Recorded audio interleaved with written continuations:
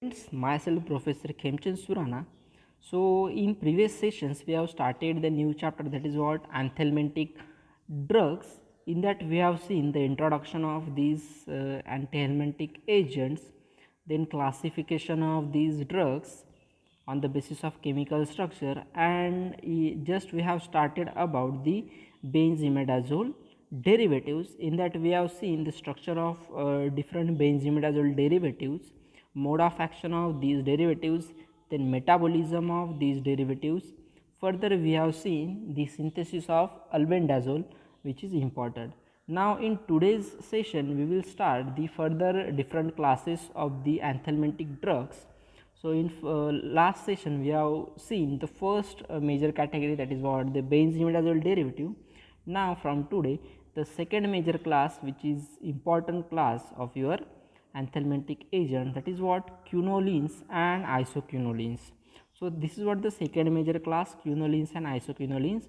So in that the example, there are two major example, oxaminiquine and praziquantel. So these are what the two basic examples. The structure is given over here. These are what the quinoline and isoquinoline derivative. So oxamniquine is what quinoline derivative. So you can see the basic quinoline structure, 1 2 3 4 tetrahydroquinoline we can call, not specific quinoline.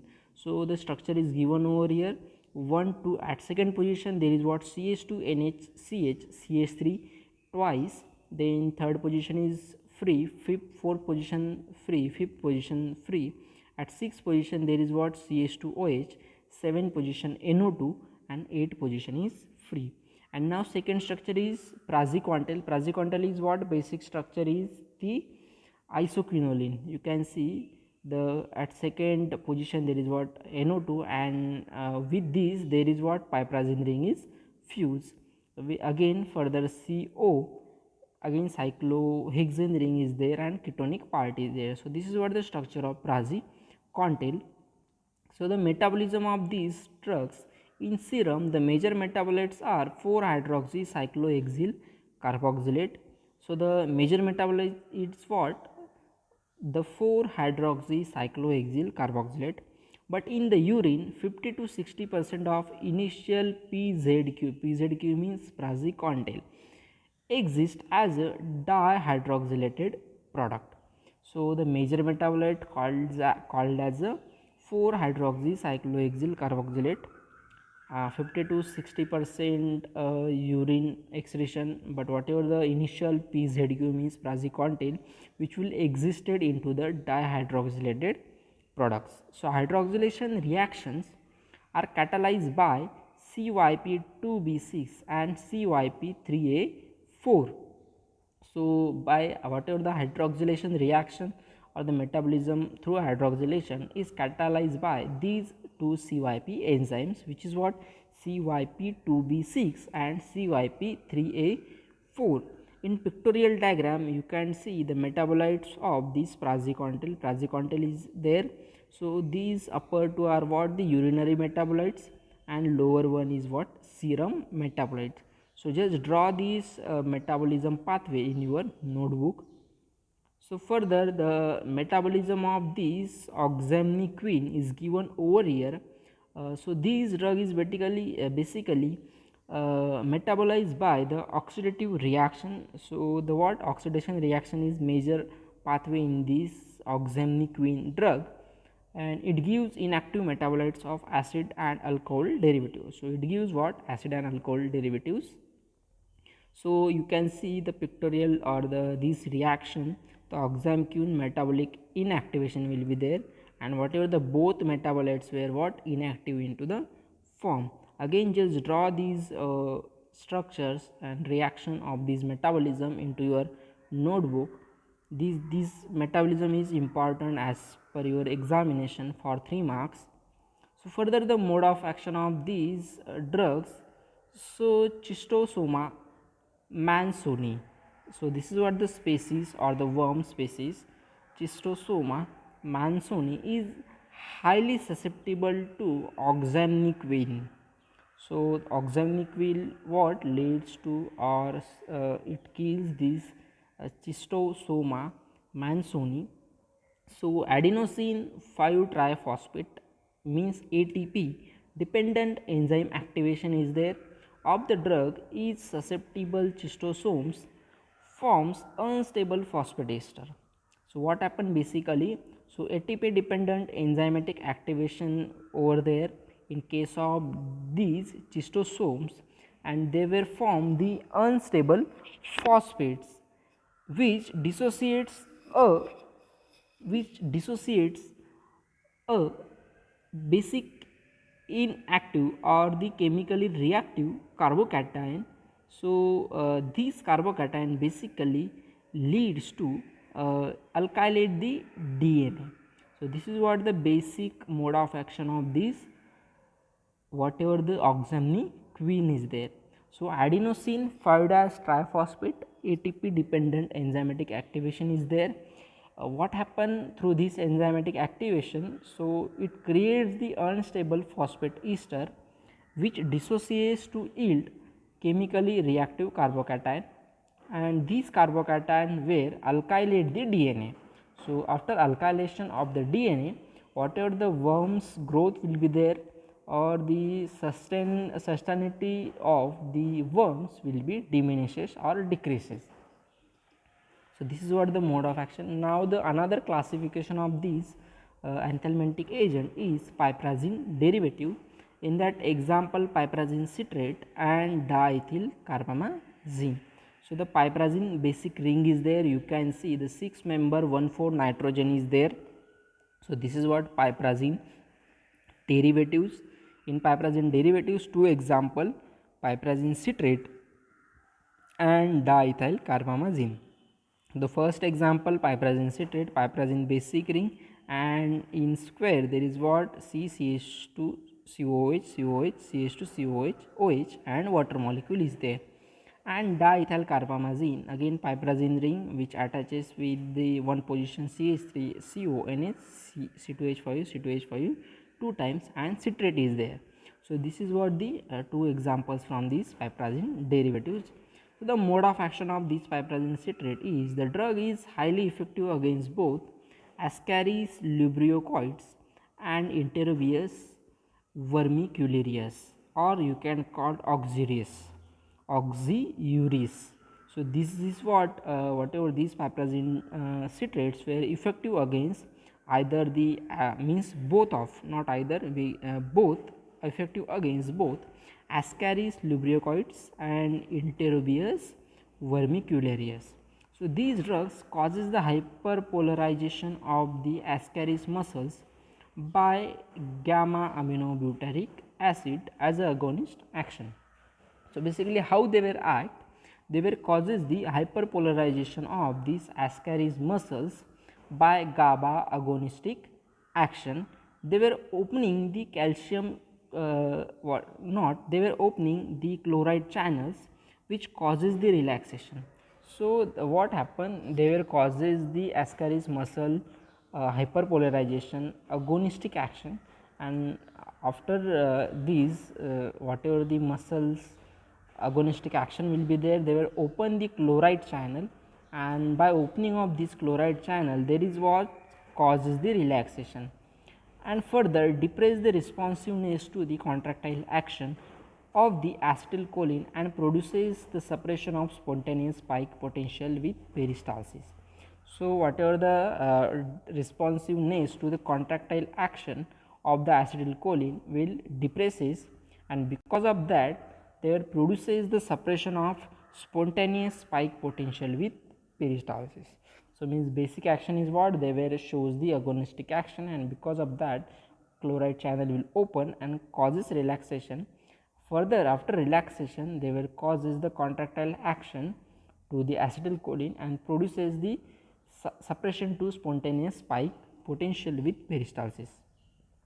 So this is what the mode of action of piperazine citrate. Further, the mode of action of diethyl carbamazine, it is selectively acts on the microflora, causes attraction, and therefore is readily phagocytosized by the tissue and fix monocytes. So how they will act means these diethyl carbamazine, they will act on the microflora and on the microflora causes the attraction.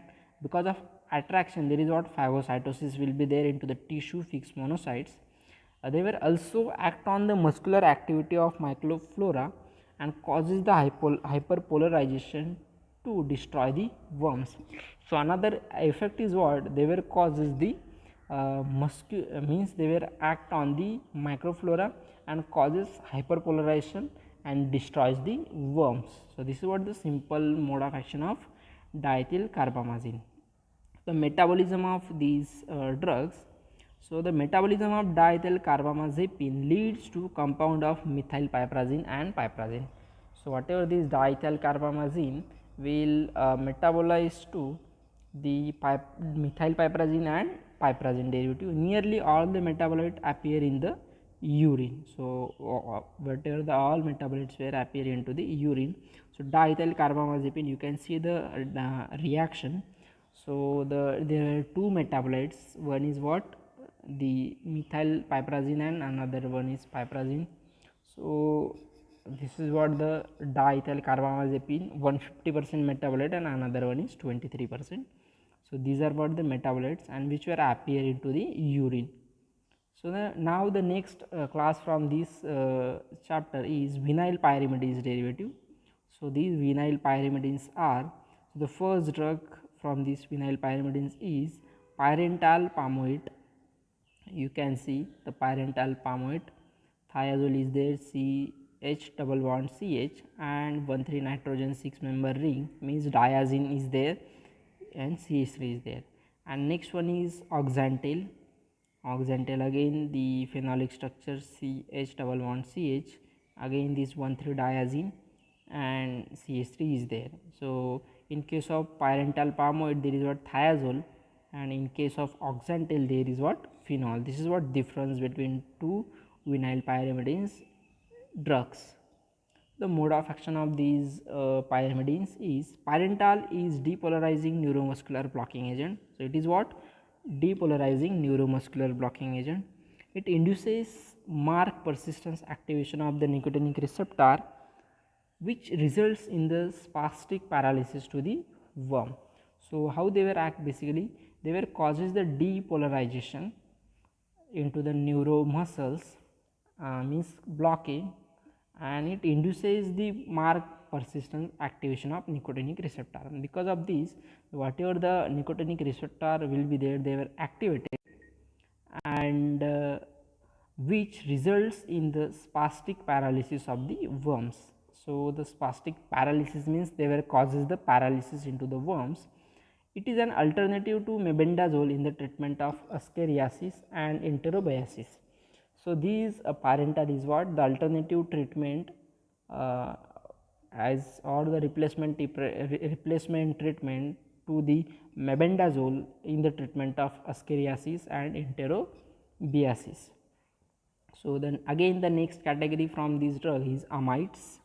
In that example niclosamide is there, you can see the structure, niclosamide, amide, C double bond O NH, then whatever these two benzene ring OHCl, ClNO2 benzene ring.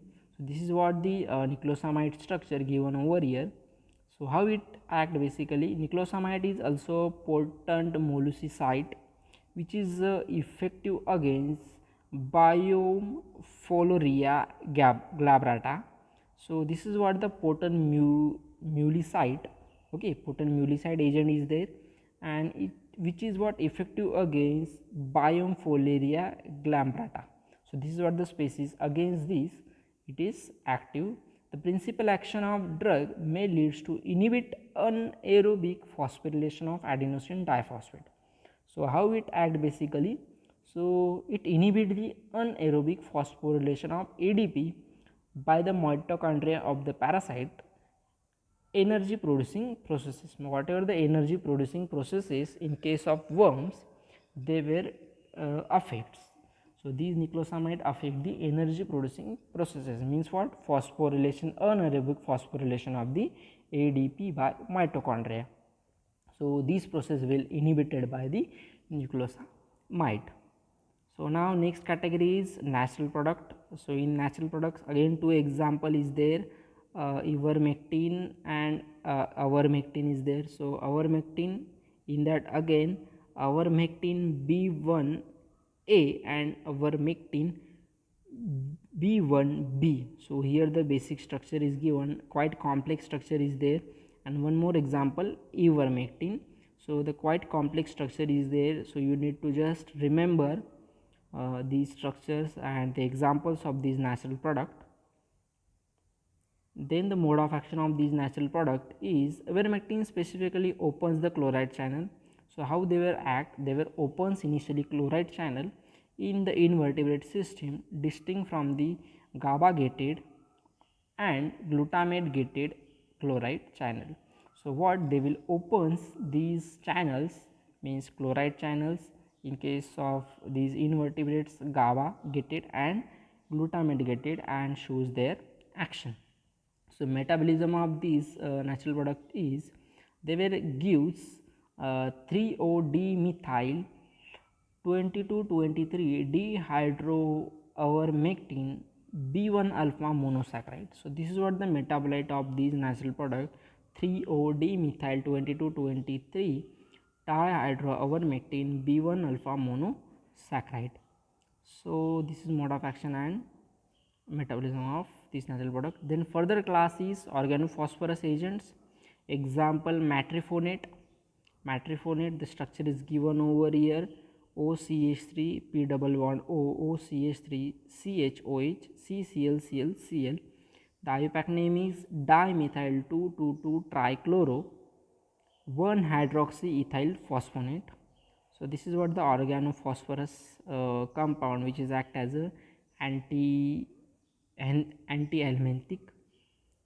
The mode of action of these metrifonate is basically they will inhibit the acetylcholinesterase. So how they will act? So they will inhibit the acetylcholinesterase and shows their anti-helminth action, and metabolize and rearrange in vivo to dichloro position. So whatever the chlorine position where they were the metabolites. So this is what the organophosphorus class. Then last one is midazothiazole derivative. Midazothiazole derivative. The example is levimizole. In levimizole 6-phenyl 2,3,5,6 tetrahydroimidazole 2,1-B thiazole. The structure is given over here, simple structure is there, need to remember. The mode of action of these levimizole is they stimulate the ganglion in the worms. So what happens? They stimulate the ganglions of worms and causes tonic paralysis. By whatever the stimulation through this ganglion, the tonic paralysis will causes and results in the expulsion of live worms. So the whatever the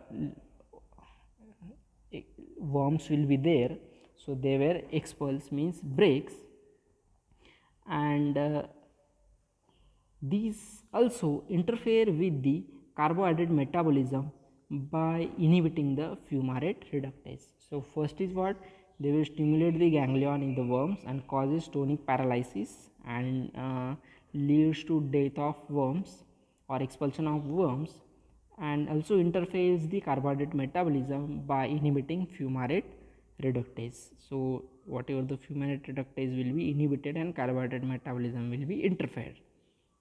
Then further nitro derivatives will be there. So niridazole example. So structure is given over here. So 1,5-nitrothiazole 2-vial imidazolidine 2-on. This is the IUPAC name of these nitro derivative. Just remember the structure, and thank you. So this chapter is over here.